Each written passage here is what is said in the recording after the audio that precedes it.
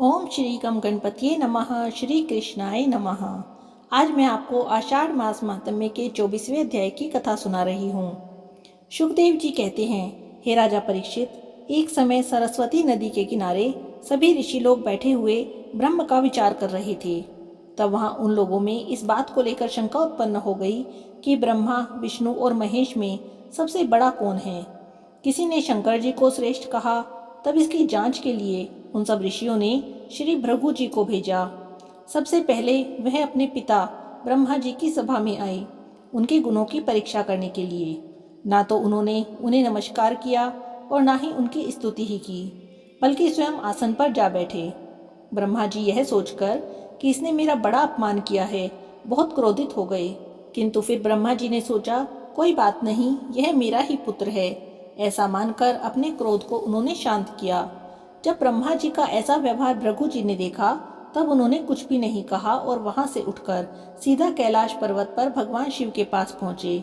जो ही भगवान शिव ने भृगु महाराज को आते हुए देखा, त्यों ही उनसे मिलने के लिए वे दौड़ उठे।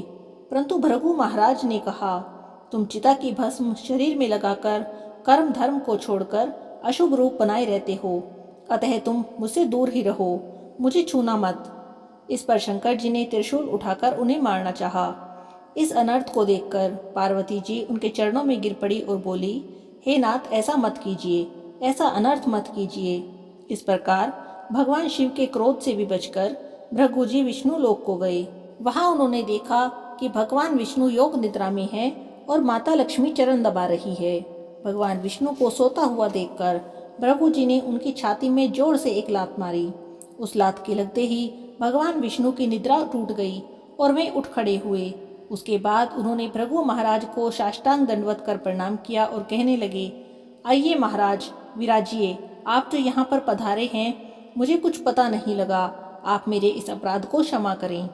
हे मुनि, आपके ये पैर तो बहुत कोमल हैं, आपने मुझ पर प्रहार किया, इसके कारण आपको बहुत कष्ट हो रहा होगा।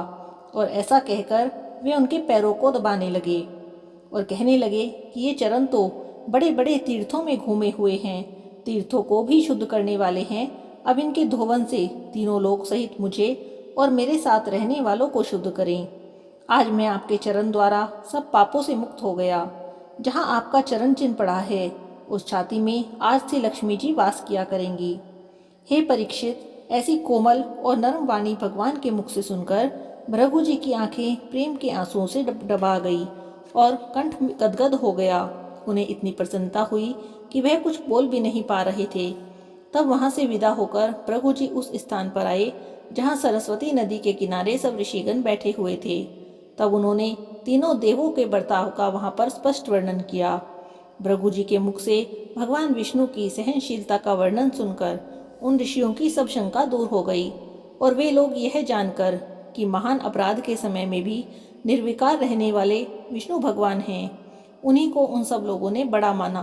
तत्पश्चात उन्होंने निश्चय किया कि विष्णु में ही शांति है, उन्हीं से धर्म, ज्ञान और वैराग्य उत्पन्न होता है और यश भी प्राप्त होता है, जिनकी मूर्ति ही सत्वगण की है, जिनके ब्रह्मा ही इष्ट देव हैं, जिनका सेवन सज्जन महात्मा करते हैं। उन्हीं की यह सृष्टि और उन्हीं से उत्पन्न देव, दैत्य, असुर और मनुष्य हैं। इसीलिए भगवान विष्णु ही सिद्धिदायक हैं।